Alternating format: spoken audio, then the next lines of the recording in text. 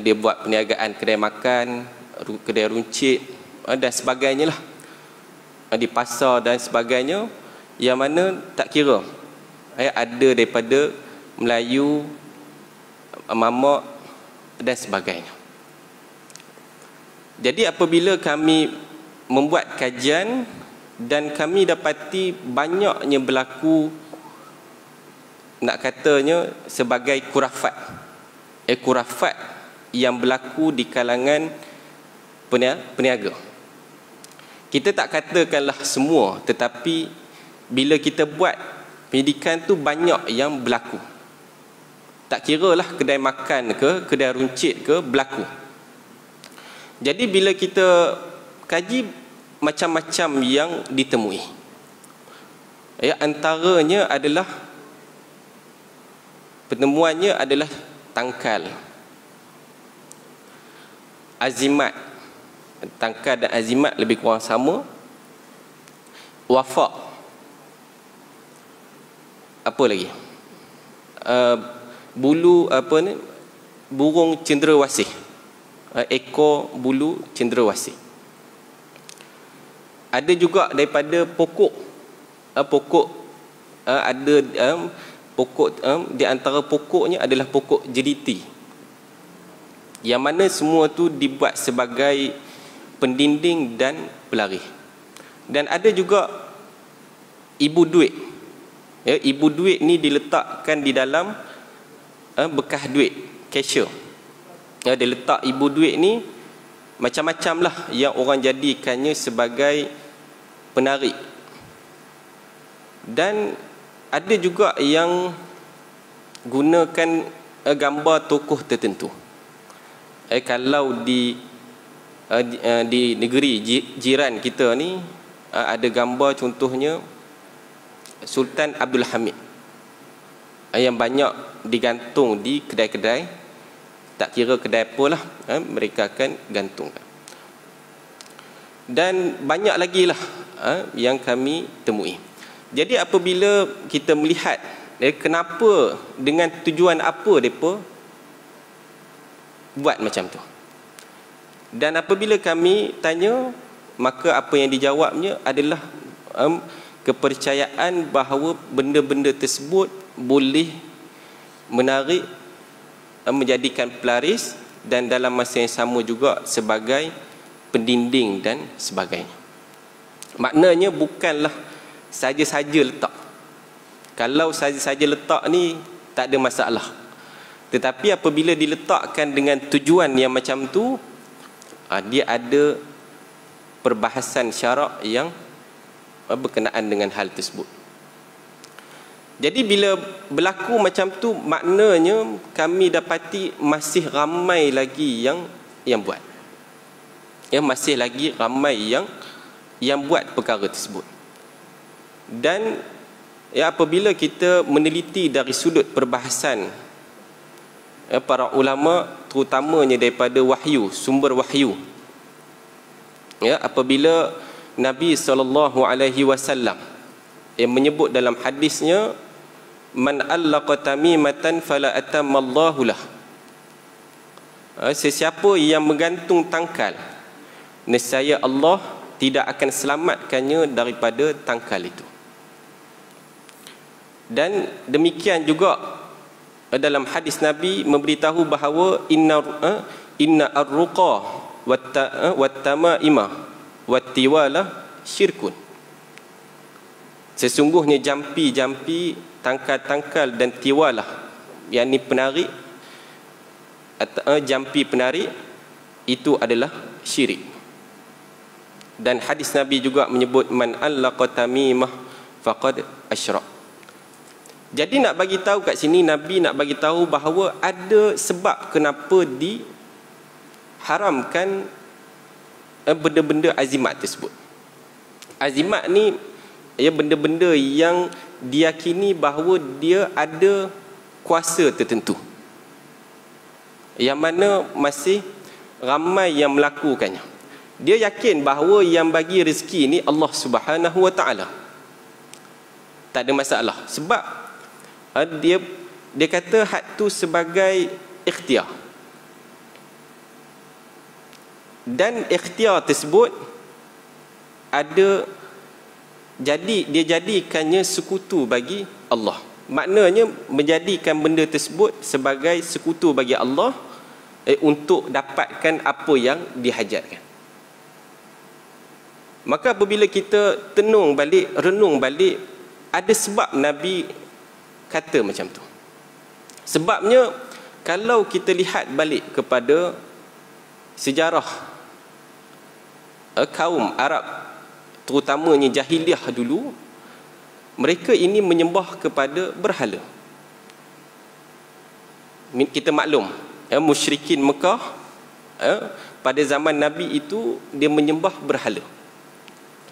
Dan mereka ini meyakini bahawa Allah Subhanahu wa taala itu mencipta alam. Mereka beriman dengan tauhid rububiyah, iaitu meyakini bahawa Allah itu sebagai pencipta alam. Namun mereka tidak beriman dengan tauhid uluhiyah, yang mana apabila Allah berikan format tertentu untuk melakukan ibadat, mereka tak mau. Mereka nak ikut version mereka, iaitu jadikan satu sebagai perantara. Jadi mereka jadikan perantara tersebut siapa dia? Berhala. Berhala diperjadikan perantara. Jadi sama tak konsepnya tadi dengan kita percaya kepada tangkal tadi? Sama. Sebab kita masih lagi semayang, masih lagi puasa, masih lagi apa, tetapi kita percaya kepada benda tersebut yang ada power tertentu. Ini bukan sahaja berlaku dalam perniagaan, tetapi banyak lagi berlaku dalam keadaan-keadaan yang lain. Contohnya dekat rumah, dekat kebun, dekat ladang dan sebagainya, banyak lagi perkara tersebut berlaku dalam masyarakat. Jadi bila kita tahu bahawa sejarah berhala ni daripada dulu ni, kan kita tahu yang berhala ni daripada gambar orang soleh. Apabila ditipu oleh syaitan, maka bertukarlah terus jadi kepada berhala yang serupa lah dengan makhluk-makhluk tertentu. Jadi itulah kenapa Nabi SAW mengkaitkan perkara-perkara ini dengan syirik. Jadi bila Nabi kaitkan perkara ni dengan syirik, maka itulah yang perlu kita jauhkan. Sebagaimana firman Allah Subhanahu wa taala menyebut, innallaha la yaghfiru an yushraka bihi wa yaghfiru ma duna dzalika liman yasha wa man yusyrik billahi faqad iftara ithman 'azima. Sesungguhnya Allah tidak akan mengampuni dosa syirik, dan dia mengampuni segala dosa yang selain daripada syirik itu bagi siapa yang dikehendakinya. Sesiapa yang mempersekutukan Allah, maka sungguh ia telah berbuat dosa yang besar. Jadi kita ni dulu pada zaman Nabi, jihad yang paling besar untuk mempertahankan iman dengan buat apa? Dengan perang, sehingga meragut nyawa. Tapi jihad kita sekarang ini adalah menyelamatkan iman kita ini daripada syirik. Sebab dia adalah perkara yang amat samar. Kita tak boleh fikir. Kalau kita buat maksiat, kita boleh fikir. Buat benda yang merosakkan tubuh badan, kita tahu mudarat. Buat perkara yang boleh membahayakan nyawa, kita tahu itu mudarat. Apalah maksiat-maksiat yang zahir tersebut amat mudah untuk kita tahu. Jadi kita tahu benda tu salah, kita elakkan.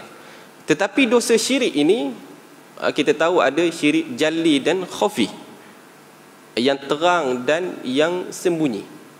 Jadi had itulah yang menjadi cabaran bagi kita ni untuk bagaimana untuk kita jaga kita punya akidah kita daripada kita melakukan syirik. Itu antara cabaran lah yang besar bagi kita untuk bagaimana untuk kita tidak terlibat dengan syirik. Wallahu alam. Kat sini saya tak makan lah banyak kedai lagi, tapi nak tengok adanya wafak, tangkal dan sebagainya, sebab kami hanya diberikan tu lapangan tu hanya di Pulau Pinang. Tapi kalau di sini wallahu alam, kot ada ke wallahu alam lah, ada ke tak ada. Kalau sebab masih lagi tak dibuat di sini, tapi fatwa tu dah ada lah. Fatwa di Perlis ada, ada berkenaan dengan hal-hal tersebut. Jadi apabila perkara tersebut dalam keadaan yang samar, kita tak tahu apa mudaratnya bila percaya pada benda tersebut. Tak ada. Namun Nabi melarang keras kepada orang yang menjadikan sesuatu itu sebagai perantara. Jadi bila perantara ni, macam kita buat syarikat lah. Syarikat ni kita ada CEO, CFO, apa lagi, macam-macam lah, OO kat belakang tu. Jadi sebab apa syarikat ni kita buat? Kita bekerjasama dengan pelbagai pihak untuk menghidupkan syarikat tersebut. Syirik ini apabila kita menjadikan Allah itu adanya benda-benda yang lain itu sekutu bagi dia, iaitu yang kita dilarang untuk buat. Tak kira lah sama ada sembunyi ataupun secara yang jelas. Sama ada secara sembunyi ataupun yang jelas, maka kita dilarang untuk melakukannya. Jadi bila kita tak tahu, bila perkara tersebut samar, tak jelas dan sebagainya, jadi perkara tersebutlah yang sukar untuk kita elakkan. Dan kita maklum bahawa dosa syirik ini tidak diampunkan oleh Allah Subhanahu wa taala. Sebagaimana dalam ayat Al-Quran, Allah mengampunkan segala dosa melainkan dosa syirik. Yang itu yang kita kena hati-hati dalam kehidupan kita. Dan penemuan tersebut kami pun tak jangka lah. Kami ingat zaman moden ni dah tak ada lah kepercayaan kepada khurafat tu. Tapi sebenarnya masih banyak lagi berlaku, terutama masyarakat Islam di Pulau Pinang. Kalau wafak tu, wafak itu adalah daripada susu galur ajaran Yahudi yang membuat dalam bentuk-bentuk sihir, dalam bentuk abjad, dalam bentuk perkataan yang ditunggang terbalikkan. Cuma kita pada hari ini kita adjust sikit, kita masuk ayat Al-Quran yang dibuat dalam bentuk-bentuk tertentu. Dan itu adalah diharamkan oleh para ulama. Kerana apa? Adanya unsur-unsur sihir pada objek-objek tertentu yang disusun dalam bentuk wafak. Demikian juga kalau dengar ceritanya daripada di sana tu, kenapa gantung gambar tokoh tertentu. Dulunya sejarah dia Abdullah Fahim saja nak bagi orang kata ingatan. Sebab masa tu zaman awal kan, gambar ni bila ada zaman dulu ni mahal lah. Bila gambar ni gantung tu jadi mahal. Sebab dulu tak ada handphone yang boleh kita letak dalam, kita nak ambil gambar tu susah zaman dulu. Jadi bagi gambar tu dengan anggap sebagai perhiasan. Tetapi lama kelamaan bila kita dapati kenapa gantung gambar-gambar ni, sebab gambar-gambar ni adalah sebagai kita mereka mengambil tabaruk dengan dia. Maknanya apa? Maknanya adanya power tertentu pada perkara tersebut untuk menjadi penarik kepada rezeki. Dia jadi benda itulah yang kita kena hati-hati. Sebab dia, the line dia tu very tight. Dia memang sangat-sangat sempit dia punya perbezaan. Kalau maksiat kita tahu gap dia besar. Benda kerosakan kita tahu dan kita sedar, kita elakkanlah. Tapi kalau nak buat juga memang kita buatlah dan kita tahu benda tu salah. Tapi apabila melibatkan khurafat ni, dia susah nak hilang.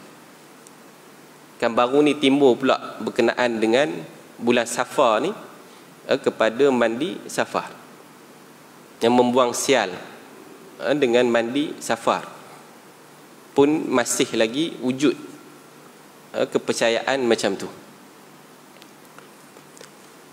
Walaupun kita maklum bahawa Allah Subhanahu Wa Taala menjadikan apa segala di muka bumi ini sebagai bermanfaat kepada manusia, namun dia ada had dia. Kita bolehlah dari sudut logiknya, dari sudut saintifiknya, ada perkara tertentu yang membawa manfaat kepada kita. Contoh dia apa? Benda yang berkesan yang Nabi buat satu, dan perkara yang membawa kebaikan kepada kita, yang kita nampak dari sudut zahir dia. Contoh dia apa? Ubat. Kan ubat yang kita ambil tu untuk kesihatan. Makanan. Dan banyak lagi lah yang mana ia dijadikan bermanfaat untuk kita dan nampak dari sudut zahir dia. Tapi bila nampak benda tersebut ada power tertentu, boleh menarik, jadi perkara tersebut adalah benda gaib, yang mana dari sudut logik akalnya, takkanlah tangkar tersebut boleh menarik rezeki. Kita pun tak tahu kan, dari sudut logik akal pun tak tahu, dari sudut nak fikir pun kalau kita tahu pelarih ni dia jual murah, itu pelarih, dan murah memanglah dari segi zahirnya untunglah kepada pembeli. Kalau misalnya apa lagi, kedai dia cantik, kemas, susun tersusun rapi, itulah pelarih dari segi sunnatullahnya. Daripada segi sudut zahirnya kita nampak itulah yang sepatutnya. Jadi kalau misalnya sebab apa Nabi dia meraihkan sunnatullah, Nabi meraihkan sunnatullah. Tapi apabila kita meyakini kepada azimat dan sebagainya, itu dia boleh membawa kepada syirik, sebagaimana yang Nabi SAW maksudkannya di dalam hadisnya, hadis yang kita sebutkan tadi, dengan mengaitkannya dengan syirik. Jadi ini kalau misalnya orang-orang lama banyak petua dan sebagainya, ada kadang-kala petua yang kurafat, yang mana kita perlu elakkannya jauh-jauh daripada diri kita, supaya kita tidak terlibat dengan dosa syirik, dosa syirik.